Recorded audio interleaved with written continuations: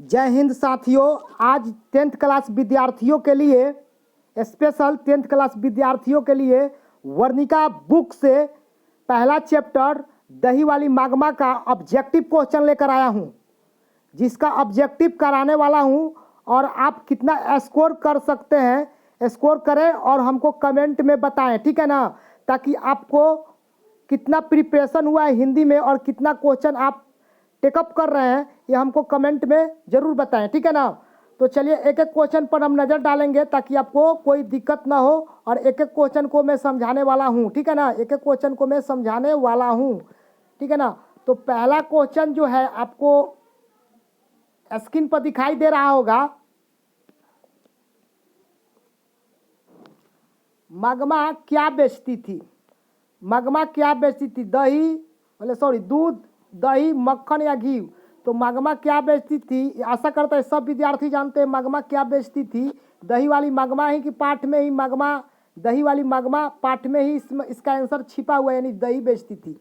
पाठ का नाम ही है दही वाली मागमा, इसीलिए वो क्या बेचती थी? तो दही बेचना उनका धंधा था। किसका? तो मागमा जी का, ठीक है ना, याद रखिएगा। आंसर देख लीजिए, आंसर आपका दही मिलेगा, ठीक है ना।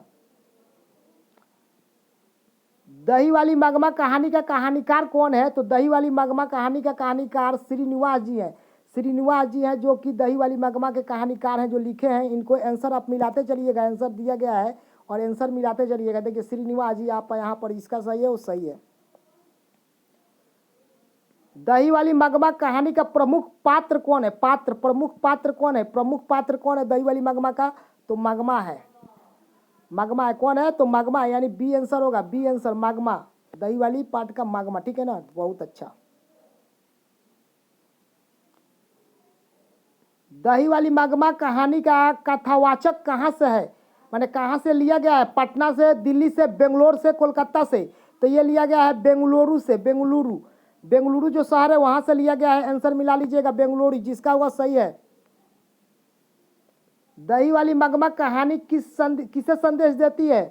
किसे संदेश देती है दही वाली मागमा? बताइए, जल्दी से बताइए। माताओं की, पुत्रों की, बहुओं की? तो बहुओं की संदेश देती है, यानी बहुओं का आंसर जिसका होगा सही होगा, बहुओं की। मागमा के परिवार में कुल कितने सदस्य थे? 2, 3, 5? नहीं, तो 2, 3, 5 तो नहीं थे भाई। तो कितने थे? तो 4 थे।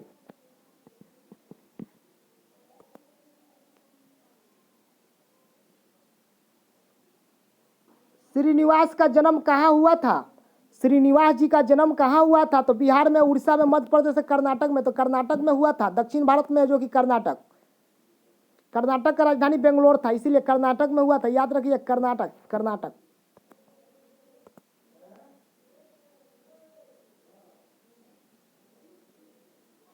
कथकार को वर्षों से मागमा कौन सी वस्तु दिया करती थी? मागमा जो थी वो कथाकार को, लेखक को कौन सी वस्तु दिया करती थी? दूध, घी, सब्जी या दही? तो तीनों नहीं दिया करती। तो क्या दिया करती थी यार? तो दही दिया करती थी, ठीक है ना। मागमा की बहू का नाम क्या था? मागमा की बहू का नाम क्या था? तो मागमा के बहू का नाम था रंज रंजमा नजमा था। नजमा था इसका बहू का नाम, नजमा जी थी। नजमा जी थी इनकी, मागमा जी के बहू का नाम नजमा जी था जी। दही वाली मागमा किस भाषा का रचित कहानी है? दही वाली मागमा किस भाषा के रचित कहानी है? तो कन्नड़ की है रचित कहानी है। कहाँ की, किस भाषा की है? तो कन्नड़ भाषा कहाँ की है जी? तो कन्नड़ भाषा कर्नाटक की है, ठीक है ना, कन्नड़ भाषा, याद रखिएगा। दही वाली मागमा कहानी का हिंदी अनुवादक कौन है? हिंदी अनुवादक कौन है भाई? तो B.R. नारायण जी है। देखिए B.R. नारायण हिंदी अनुवादक है, अनुवादक, याद रखिएगा, वो B.R. नारायण जी है।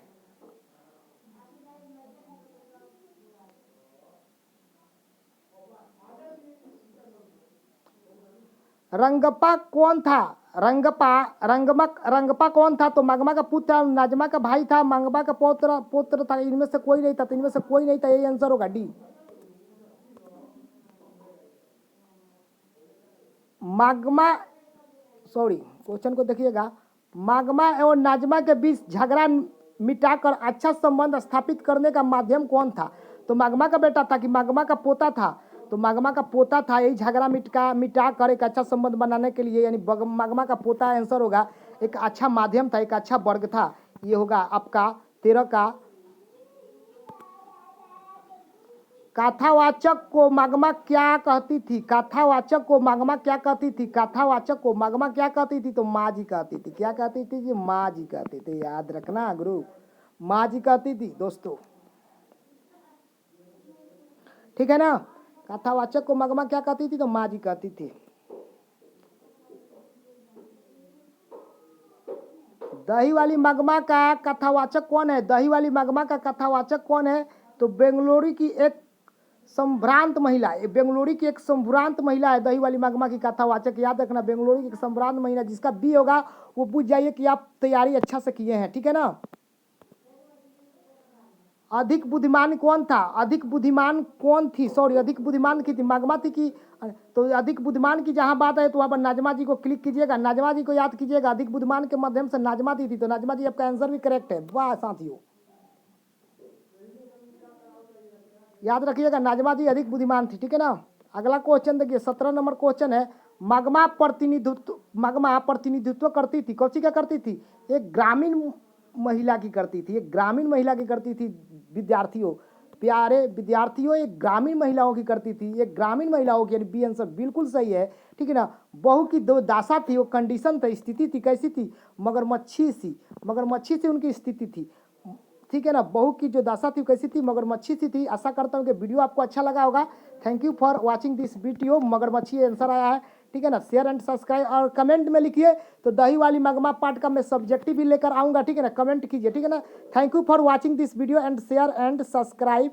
Have a nice day friends.